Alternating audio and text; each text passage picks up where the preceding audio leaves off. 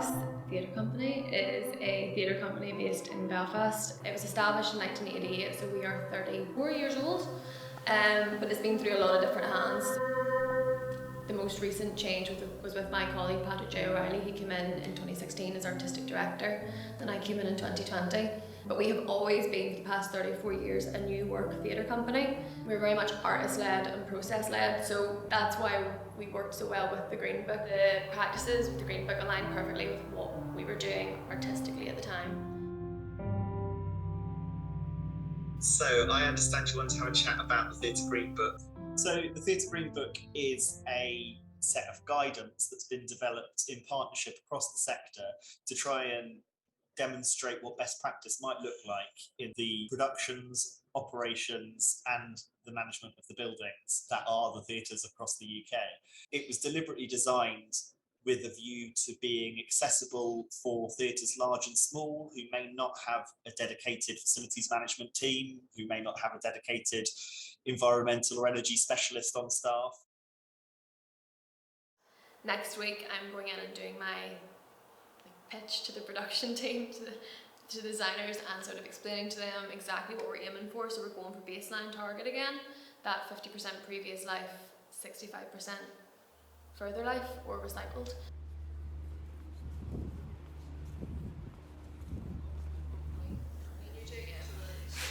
Yeah, and then it's also the set designer who does get the brunt of the Green Book. Set and costume really, because it's the most material intensive sort of side of it. So pretty much to say, I had already emailed you about it. We're going to be going off what we did for Sylvan, aiming for baseline. Always going to be aiming for baseline, probably while we're bringing in new freelancers who haven't done it before. So keeping that, baseline is aiming for 50%. I want everybody to think about how they're going to make their stuff sustainably. So basically, whenever they think, I want this, the next question in their head should be, and how do I do this sustainably? Our set designer, who's totally new to the Green Book, she didn't work in Sylvan, said that she is thinking of creating this beautiful set where she's going to paint clothes and shirts into like a wall and build it up over time. And as soon as she said that, I think me and the costume designer, me and him just looked at each other, and I think we were immediately just thinking, we have loads of shirts left over from Sylvan. That's what the green card meeting is essentially everybody going, oh, I know somebody who knows somebody who can help you with that. Together, what topics are there behind it, so that is the sort of thing.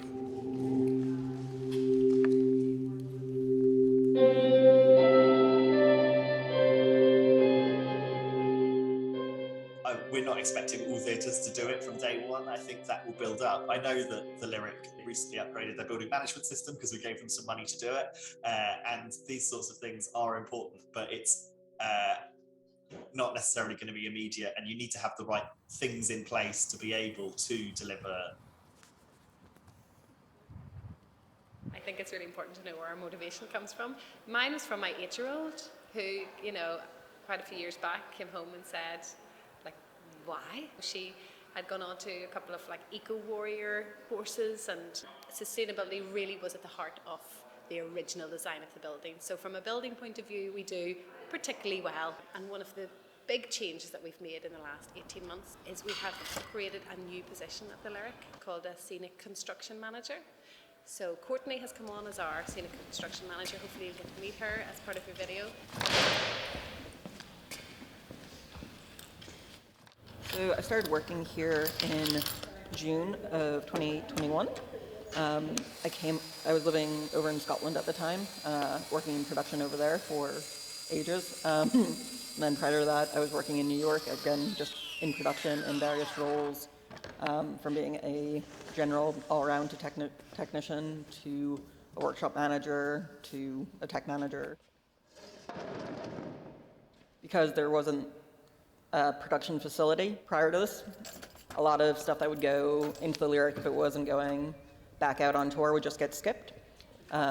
So in terms of sustainability, one of the big things is just reusing as much as we can. So instead of going to a skip, it often gets shipped back here now, and we salvage it for whatever we can in terms of timber and hardware and all that. We have more control now over where supplies are coming from, so we can buy from local merchants and also have more control over what actual products we're using, how green they are, if they're coming from replenishable sources. Practicality based, doing your research into your suppliers, doing all that. It takes time, given the strict deadlines that theaters are quite often on. Sometimes it's hard to find that time. There's that kind of default back to, well, this is what we've always done before, so why would we change our practices now? And also, again, it does take time and money to even like set up a facility like this. Again, even just making information more available. Like one thing the Green Book has been quite good, I will find, is that it was really good to give me ideas about how to make it more green. And I think that's one way that the Arts Council could definitely help, is just make the information available, raise awareness, and also make it easier for companies that do want to be more sustainable. There's not a lot of available capital funding for theatres to undertake sustainability projects or any kind of projects at the moment, and there needs to be an understanding of where that money is going to come from.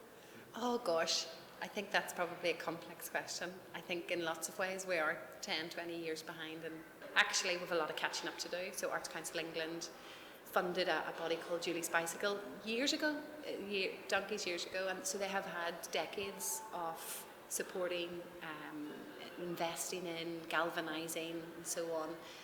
We don't have that same system here, so we're trailing behind with quite a lot of catching up to do. Within the island of Ireland, it's really, really stark. So in Northern Ireland here, we have on average around £5 per head of citizen goes towards publicly funded arts. And in the Republic of Ireland, that is up to €29 per head. The arts fall further and further down priorities, which is heartbreaking, and also foolish I would contend, for the executive when they're such a hallmark and such a valuable asset that we have here. It's so short-sighted to not kind of invest properly in that. There is a shared belief in sustainability and that as a priority. It's just the resourcing and what's actually achievable with such a small team and such meagre resources from the executive.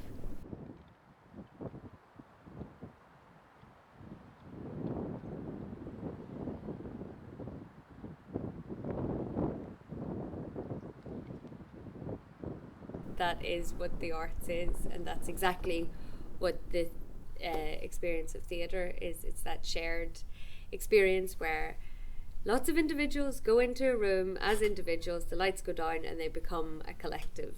If you look at these headline figures that the Republic gets around €30 per head and we get £5 per head, is that justifiable, that disparity?